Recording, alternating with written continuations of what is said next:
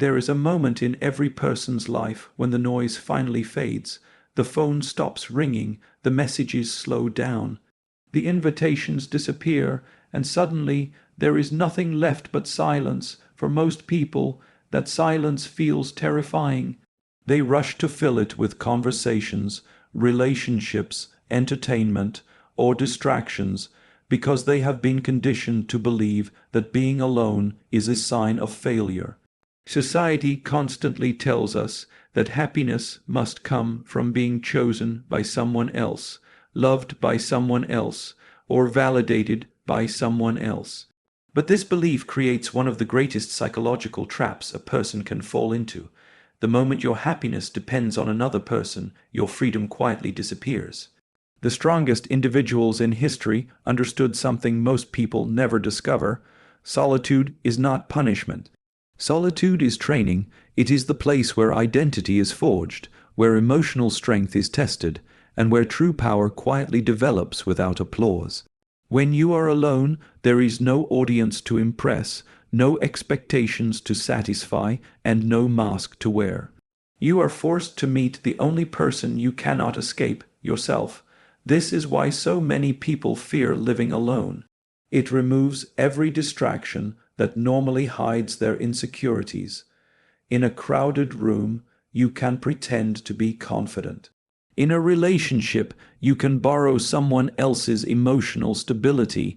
Around friends, you can distract yourself from difficult questions. But when you are alone, every insecurity becomes visible, every weakness speaks louder, every fear demands attention. Most people mistake this discomfort as evidence that solitude is unhealthy. In reality, it is evidence that growth has finally begun. Think about how the mind works. Muscles grow only when they experience resistance. Gold becomes valuable only after surviving intense heat. Likewise, character develops only when it is forced to stand on its own. Living alone creates psychological resistance that cannot be found anywhere else. Every decision becomes your responsibility. Every mistake belongs to you. Every success is earned without depending on someone else's approval. Slowly, your confidence stops coming from compliments and begins coming from competence.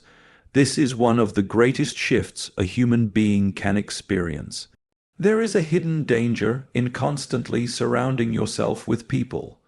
Without realizing it, you begin adjusting your personality to match theirs. You soften opinions to avoid conflict. You seek approval before making decisions. You measure your worth by how accepted you feel. Little by little, your identity becomes a reflection of other people's expectations instead of your own convictions. Living alone interrupts this cycle. For the first time, you begin asking questions that truly matter. What do I actually believe? What kind of life do I genuinely want? Which ambitions belong to me and which were borrowed from society? These questions cannot be answered in a crowded room. They require silence. Silence has a remarkable quality.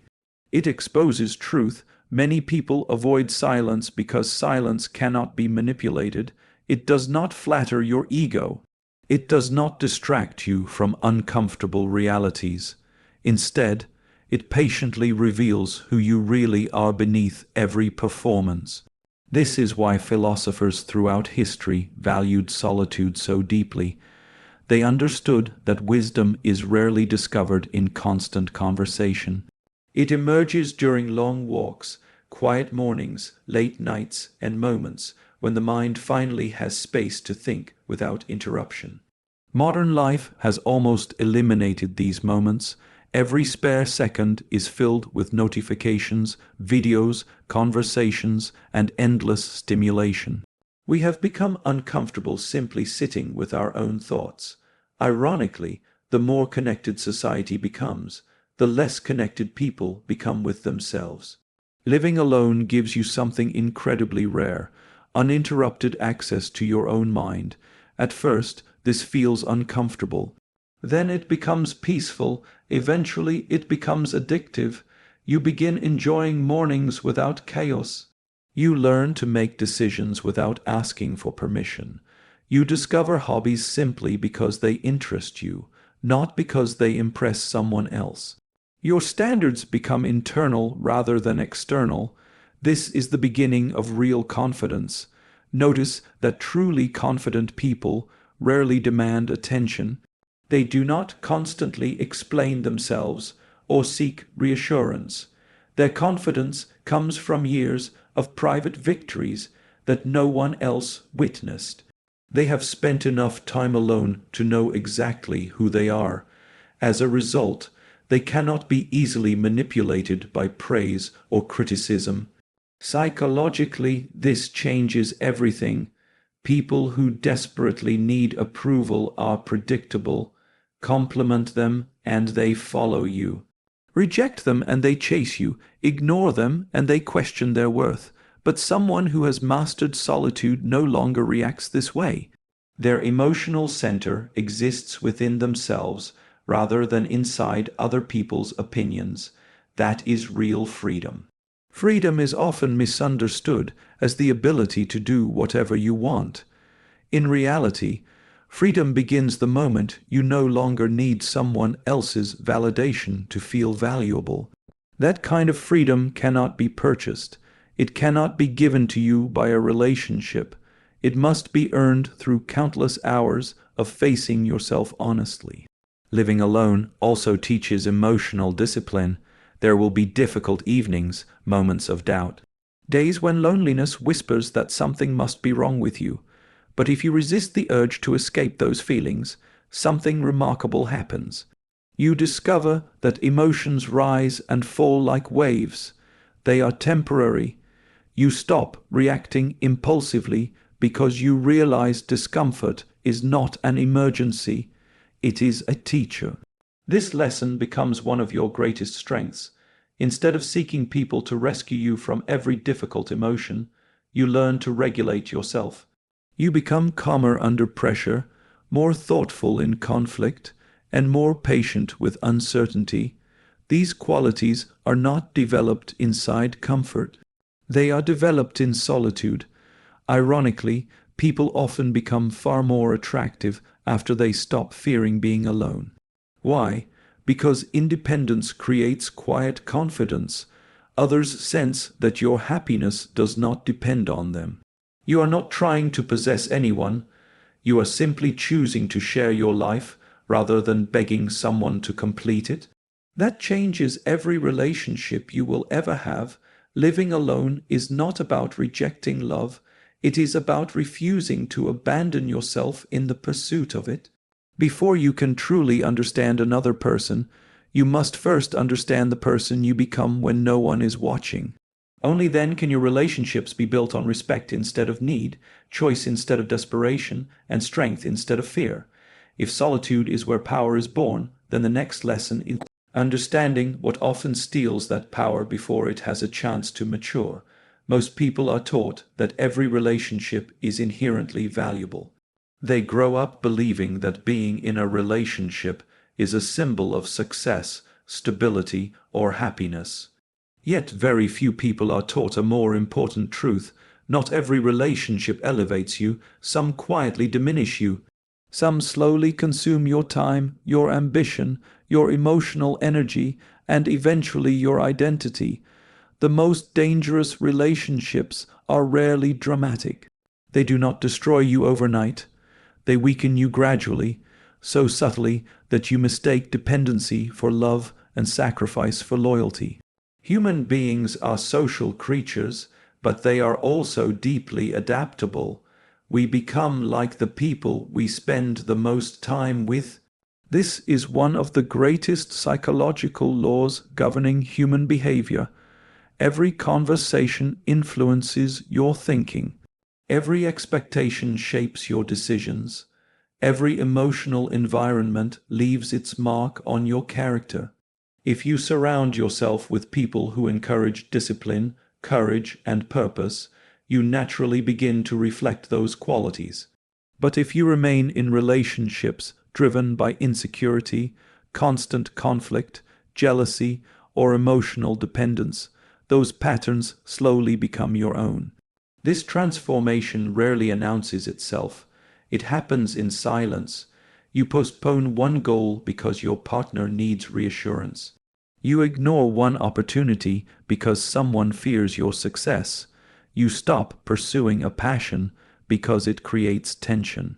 One compromise seems harmless, then another, then another. Eventually, you wake up years later living a life that feels unfamiliar because it was built around someone else's comfort instead of your own purpose. That is the invisible chain. Most chains are not made of iron, they are made of emotional obligations. They are made of guilt. They are made of fear, fear of disappointing someone, fear of being judged, fear of being abandoned, or fear of starting over. These invisible chains are far more powerful because they convince you that surrender is an act of love. But real love should never require the destruction of your potential. One of the greatest misconceptions about relationships is that sacrifice alone proves commitment. While every healthy relationship requires compromise, there is a profound difference between compromise and self-erasure. Compromise protects the relationship, self-erasure destroys the individual, and when the individual disappears, the relationship eventually suffers as well. Living alone offers something many people never experience: uninterrupted ownership of your life. Your mornings belong to you. Your evenings belong to you. Your decisions are guided by your principles rather than someone else's expectations. Every hour becomes an investment in the person you are becoming. You begin reading more deeply, thinking more clearly, exercising more consistently, and pursuing goals without needing permission or approval. The energy that was once spent maintaining emotional stability for others is redirected toward building your own future. This is not selfishness, it is responsibility. The strongest version of yourself cannot emerge if all of your energy is spent carrying emotional burdens that do not belong to you. Imagine trying to climb a mountain while carrying unnecessary weight. Every step becomes harder, progress slows. Eventually, exhaustion convinces you that the mountain itself is impossible, when in reality the problem was never the climb, it was the weight you refused to put down. Many relationships function in exactly this way. People often mistake emotional intensity for emotional depth. They believe constant drama means passion. They confuse possessiveness with devotion. They interpret dependency as proof of love. Yet genuine strength is quiet. Healthy relationships create peace, not perpetual chaos. They encourage growth rather than restricting it. They celebrate independence instead of fearing it. Unfortunately, insecurity often disguises itself as affection. Someone may tell you they simply want more of your time, but beneath those words may be fear of losing control. Someone may criticize your ambition while claiming they only care about your well-being. Someone may discourage your growth because your success forces them to confront their own limitations. This is why emotional awareness is so important. You must learn to distinguish between people who love your potential and people who merely love your availability. These are not always the same people. The world admires confidence, but confidence requires uninterrupted periods of personal development. Every accomplished individual has spent countless hours alone refining their craft, sharpening their mind, and strengthening their character. Greatness demands focus. Focus demands space, and space becomes impossible when your emotional energy is constantly consumed by unnecessary conflict or dependency. Living alone creates that space. It allows you to discover what truly matters before someone else's priorities become your own. It teaches you that fulfillment comes from progress rather than constant companionship. Every book you read, every skill you master, every challenge you overcome becomes another layer of inner wealth that no one can take away. This is a different kind of richness, Many people spend years searching for the right relationship without first becoming the right person. They expect another human being to provide clarity, purpose, confidence, or happiness. But no relationship can permanently supply qualities that must be developed internally. If you enter a relationship lacking self-respect, you will seek validation. If you lack purpose, you will expect someone else to provide direction. If you fear loneliness, you will tolerate situations that compromise your dignity simply because the alternative feels frightening. That is why solitude is such a powerful teacher. It removes every emotional shortcut. It forces you to become the source of your own stability. Once you accomplish that, you stop settling for relationships built on fear. You begin choosing relationships built on respect. Ironically, this makes you a better partner in the future. You no longer expect another person to complete you because you have already learned how to stand on your own. You bring strength instead of need, peace instead of chaos, and purpose instead of dependence. You are free to love without losing yourself because your identity no longer depends on being chosen. This is the hidden gift of living alone. It is not an escape from relationships. It is preparation for healthier ones. It teaches you that freedom is not the opposite of love. It is the foundation of lasting love. When two independent people choose each other, neither becomes a prisoner. Both remain free enough to grow, while strong enough to stay. And that is a relationship worth waiting for. If there is one idea I hope stays with you after this conversation, it is this: the purpose of living alone is not to avoid love. It is to become someone who no longer depends on it for survival. There is a profound difference between choosing a relationship and needing one. Most people never recognize that difference because they spend their lives moving from one emotional attachment to another, believing that companionship is the cure for emptiness. But emptiness cannot be filled from the outside. It can only be transformed from within. This is where the journey comes full circle. Earlier, we explored how solitude builds strength and how unhealthy relationships can quietly become invisible chains. Now we arrive at the most important lesson of all. Solitude is not the destination. Self-mastery is. The greatest victory you will ever achieve is not over another person. It is over your own impulses, your fears, your insecurities, and your constant desire for external validation. Every great philosopher understood this principle. Every great leader practiced it in one form or another. Before they influenced nations, organizations, or generations, they first learned to govern themselves. That is what living alone gives you the opportunity to do. When no one is watching, your habits reveal your character. When no one reminds you to wake up early, will you still do it? When no one praises your effort, will you continue working? When no one comforts you after failure, will you stand back up on your own?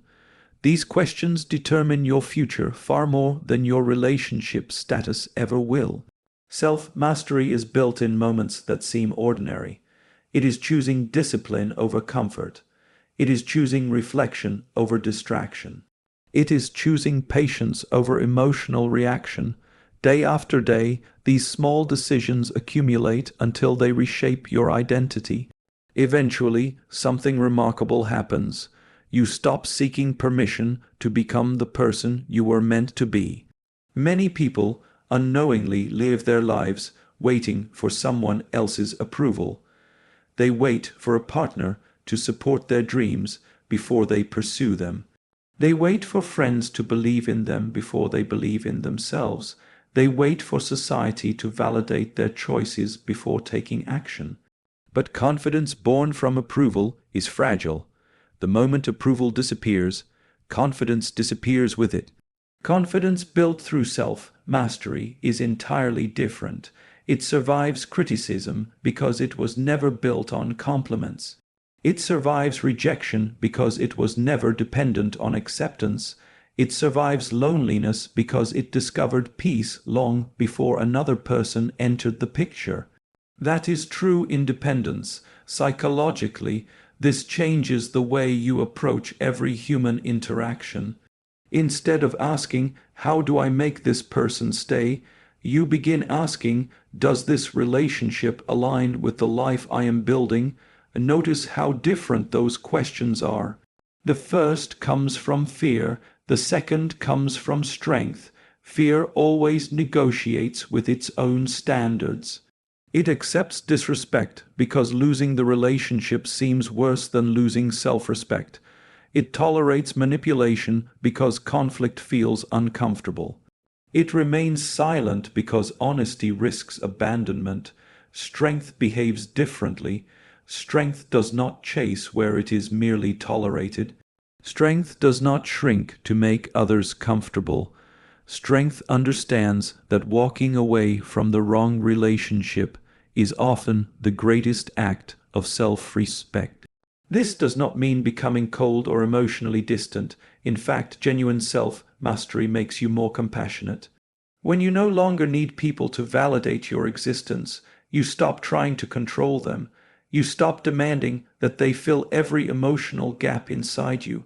You allow them the freedom to be themselves because your emotional stability no longer depends on their behavior.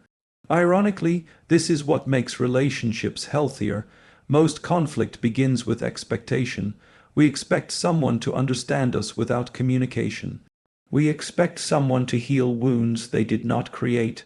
We expect someone to carry responsibilities that belong to us.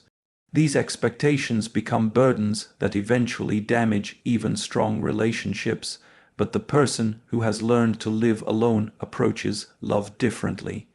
They understand that another human being is a companion, not a cure.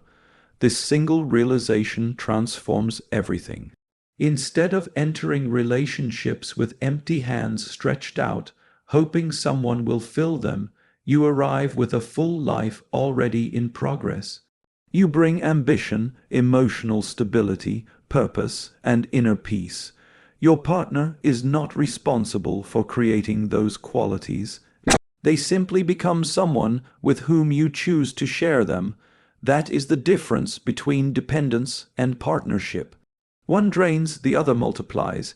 History repeatedly shows that the individuals who left the deepest mark on the world often experienced long seasons of solitude. Those seasons were not wasted years. They were preparation. During those quiet periods, they refined their ideas, strengthened their discipline, and developed the resilience necessary to withstand criticism, rejection, and uncertainty. You may not become famous, you may never lead a nation or write a best-selling book, but you are responsible for leading your own life. That responsibility cannot be delegated. No relationship, no friendship, and no amount of admiration can replace the daily work of becoming someone you genuinely respect. The mirror remains the ultimate judge. At the end of every day, you must ask yourself a simple question. Am I becoming stronger, wiser, and more disciplined than I was yesterday? If the answer is yes, you are already succeeding, because success is not measured only by who stands beside you. It is measured by who you become while standing alone. This is why living alone can be one of the greatest gifts a person ever receives. It strips away illusion. It removes distraction. It reveals your weaknesses so they can become strengths. It teaches patience when you crave immediate comfort. It teaches courage when fear whispers that you need someone else to complete you. And perhaps the greatest lesson of all is this: your worth has never been determined by your relationship status. Your worth is determined by your character, by your integrity, by your discipline, by your ability to remain true to your values even when no one is watching. When you master yourself, something extraordinary happens. You no longer fear loneliness because you have discovered companionship within your own mind. You no longer chase acceptance because you have learned to accept yourself. You no longer settle for relationships that diminish you because you know your life is already meaningful before anyone enters it.